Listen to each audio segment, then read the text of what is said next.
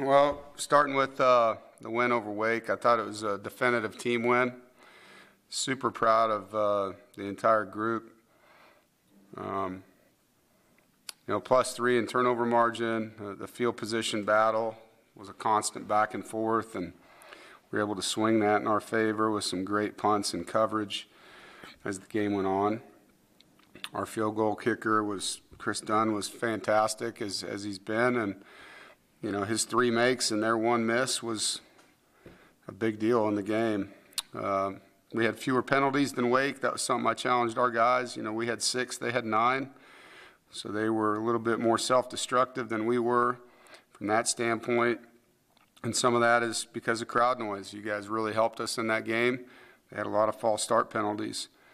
I thought we played complementary football, and you could really see the opposite side of the ball setting up the other side and playing off each other and giving the other side a spark when they needed one. I thought, right before the drive that we scored with the long pass to Keon, that kind of sparked the whole thing. I felt, the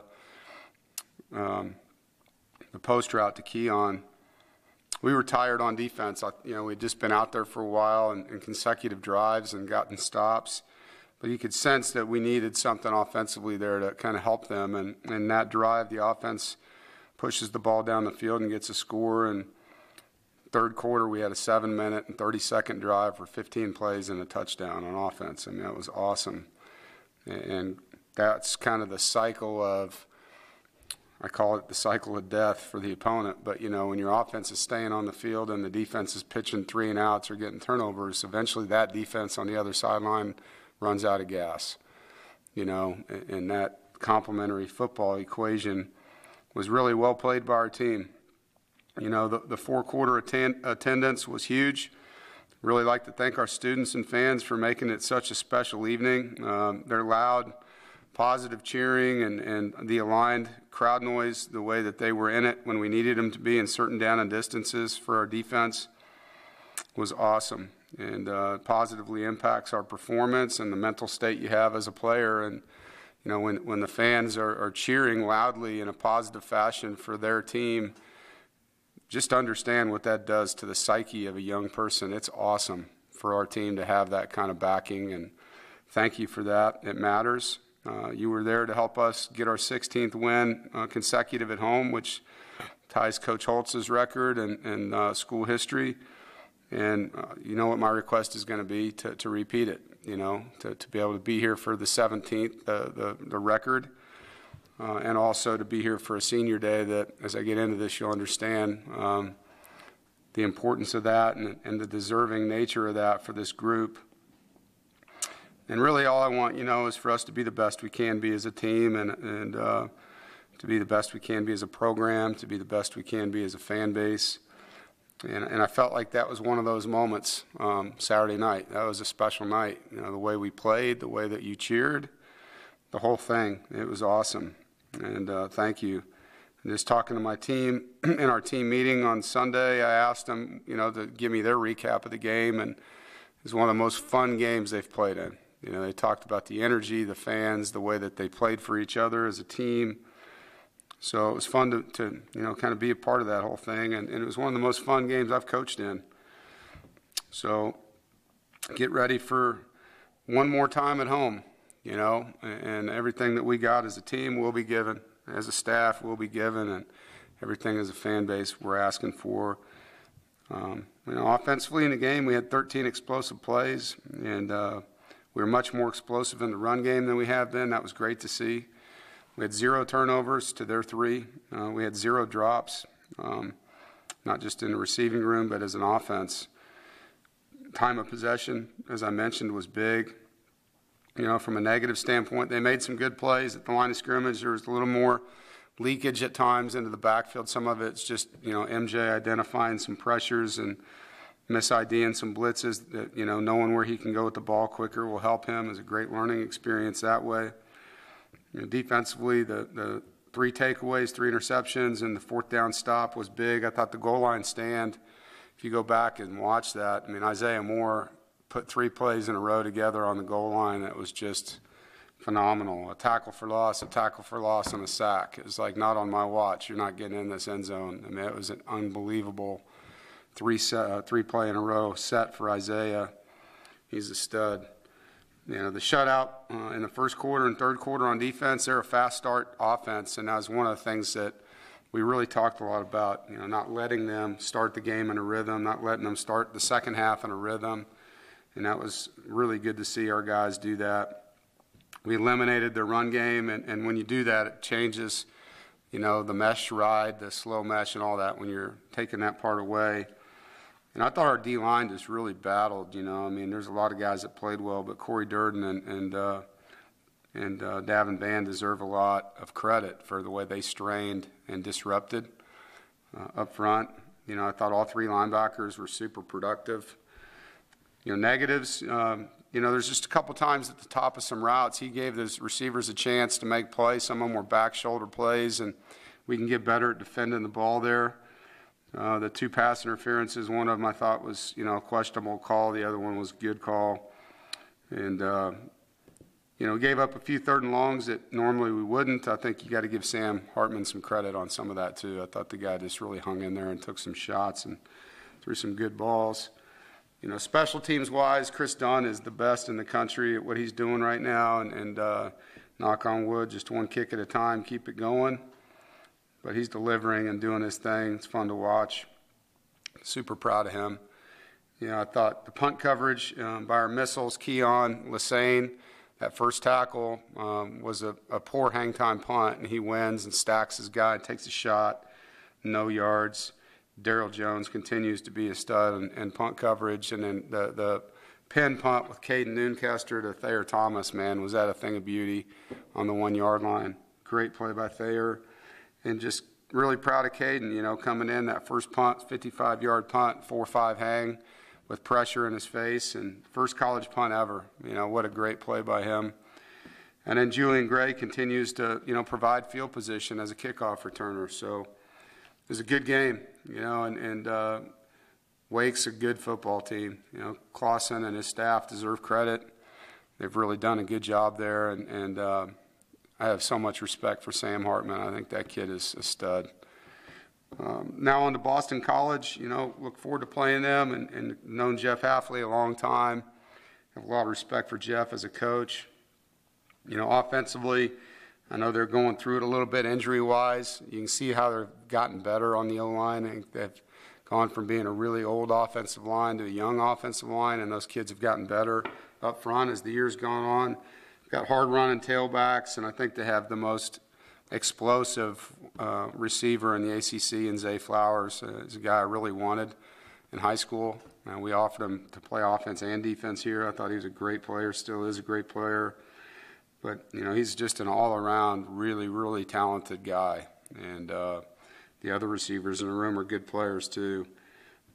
As I mentioned, it's the last home game. It's senior day. Opportunity to win our 17th straight and own a record. And you know, this group has collectively 336 career receptions, 1,446 tackles, and has put up 698 points. They've done a lot. You know, it's 30 guys in the senior day. Some of them are underclassmen who haven't made decisions, so don't read too much into it. There's probably 7 or 8 guys on there that can come back and won't know until the season's over. So, you know, we'll have to wait that out. But, you know, I like to give those guys this opportunity to be a part of it in case they do decide to go pro. And so we'll see where that goes. But you'll see a really, really impressive group of guys that have been great to coach and phenomenal in building this program back to where it was after the tough season we had 3 years ago or 4 years ago now. So love these guys like sons and want to see them sent out the right way, you know, and I know our fans love the tailgate, and I love that about you. I am asking that you come in a little earlier because senior day, the send-off happens before the coin toss.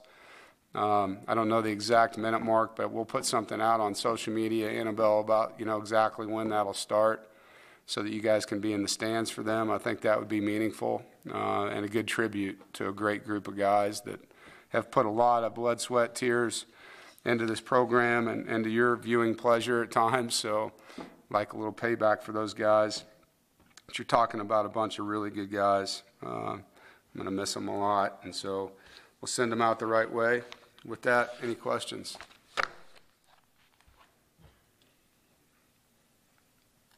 All right, David.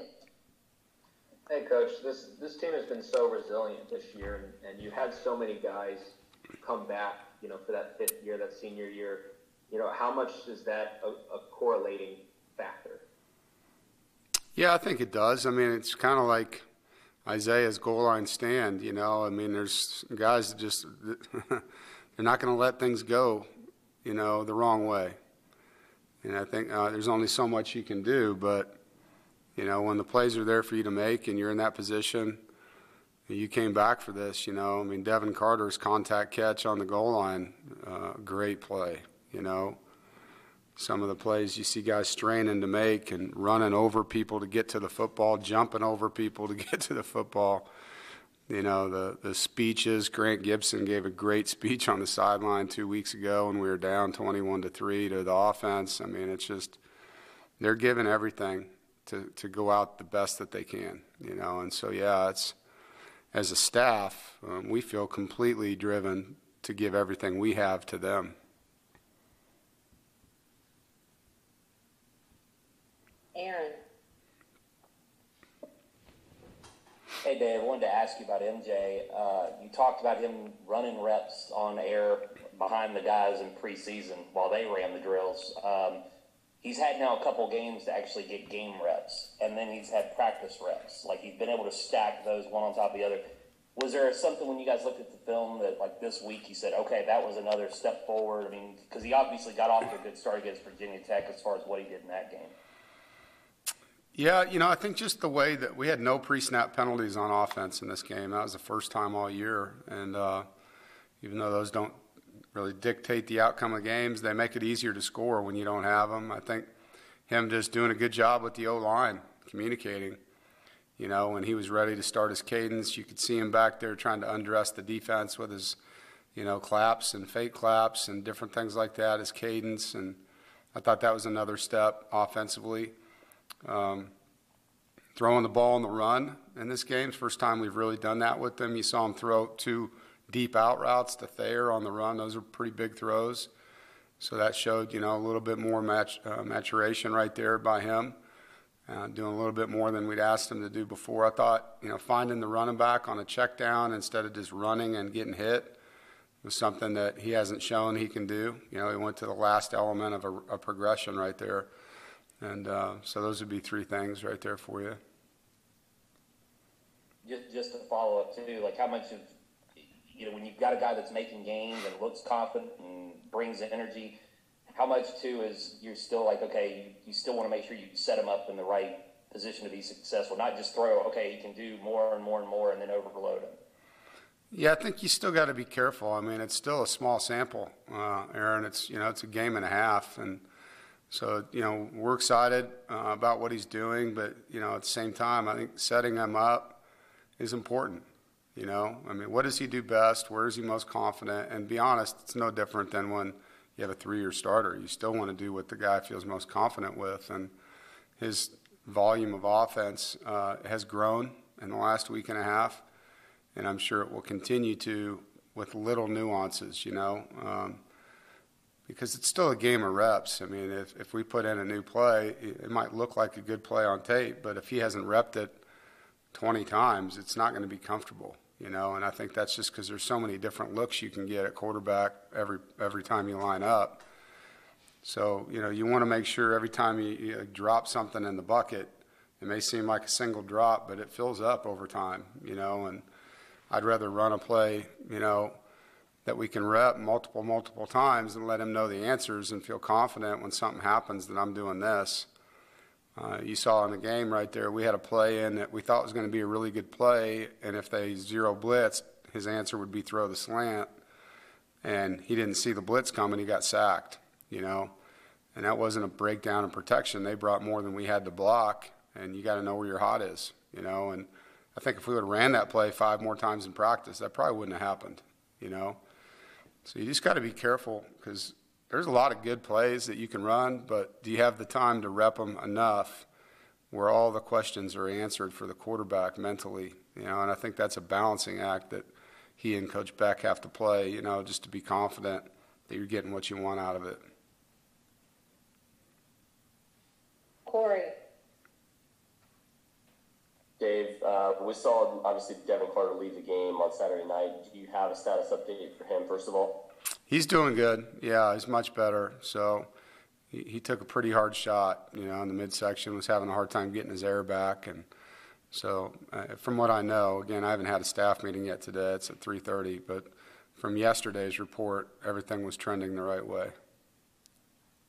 And I also wanted to ask you, it's kind of a loaded question, but when you look at this senior class and all of the guys that will potentially walk on Saturday and everything that they've done throughout this program, I mean, this dates back to the 2018 class in some cases. How important have they been for this program to not only get where it is now, but to be able to rebuild compared to what you had in that 2017 and 2018 season too? Yeah, I mean, they've been a big part of all of it. The evolution of our culture, leadership, the growth of our staff with the players. I think, this culture that we have now, obviously as a head coach, you lead it, but these guys are the ones that water it every day too. They're the ones that help it grow and hold each other accountable. So all these guys that are walking are a part of the success we're having in a major way. And I do look at it like I coach them, but honestly, we grow together. I'm a better coach because I had these guys to work with, and I think it's a really good two-way relationship. There's a lot of back and forth communication, and I know it's a group that not just me, our staff. These are guys that we're going to be friends with after football for a long time. Like, we've been through a lot together. James. Yeah, Dave, we don't know the status yet of Fjord Djokovic. Boston College started a redshirt freshman against Duke, had 4 touchdowns, no interceptions. Just watching him, if he's the guy, just your thoughts on seeing him in action against Duke. He threw the ball really well in that game. As you mentioned, he had some good pressure on him. He delivered, and it was an impressive performance against a team that's playing really well. So, yeah, it definitely caught your eye. I think in some ways he's sparking them on offense, that's as good a performance they've had throwing the ball all year. Yeah, I just wanted to follow up on your younger guys. Just in general, is it hard to get a really good look at your true freshmen early in the season if they're late enrollees, or just when you're in fall camp and you've got regulars getting looks? Because it feels like most years you'll see those guys earn reps later in the year as opposed to early on. I think there's a couple things in play. One of it is, your depth. If you're coming into a room that's got 4 upperclassmen in it, it's going to be harder for you to play in your position regardless, And then the health factor of your group, maybe it started where you were 5th and now there's 3 injuries and you're 3rd and you're going to play, so that changes the dynamic too. And then there's what you mentioned, how well do they know the system, whether it's the offense or the defense? Can they get out there and make the plays? Like Brandon Cleveland's a great example. He was not ready to play early in the year, and he's worked hard in the weight room. He's changed his body in a great way, and he's learned the defense. And then we had injuries, and he was ready, and I thought he did some good things in the weight game. There's some other guys, where I think like Michael Allen, there's a lot of older guys in the room. And then we've had what we've had, with Demi being in and out to give him some opportunities, and he's taken advantage of them. Same thing with Terrell Timmons. He didn't know the offense as well, but he was showing up, and then all of a sudden you have an injury to Anthony Smith, and now there's need, and what can he do? All right, well, let's get him caught up, and now he's caught up and he can play, So I think there's multiple things there, and, you'd love to redshirt everybody, but that's not the real, to me, if you want to win every game that you can play, you got to get your best guys out there, and sometimes injury dictates when guys are needed the most. Thanks, Dave. Yep. Brian. Yeah, Dave. along those lines, when did you feel like MJ was ready, and do you think in hindsight you could have pushed him even a little bit earlier? Well, we talked about it in training camp. You know, I mean, you knew that the things that MJ does well, he's a good passer, okay? He and Jack can run, you know. Jack has a lot of game experience, as you guys know. And so really conversation was if Devin's out for a quarter or 2 quarters, then, you know, Jack knows what to do. He can go in and get us out of a game like you saw in the Florida State game. But if we knew it was going to be a long period of time, that MJ may take the job just because he's a better passer. And so we thought that could be how it played out. And that's what you saw happen over time. You know, it wasn't anything that Jack couldn't do, you know, or wasn't doing. It's just what MJ was doing a little better, was throwing the ball and more accurate with it. Have you been at all surprised with anything you've seen from him here in the last 6 quarters?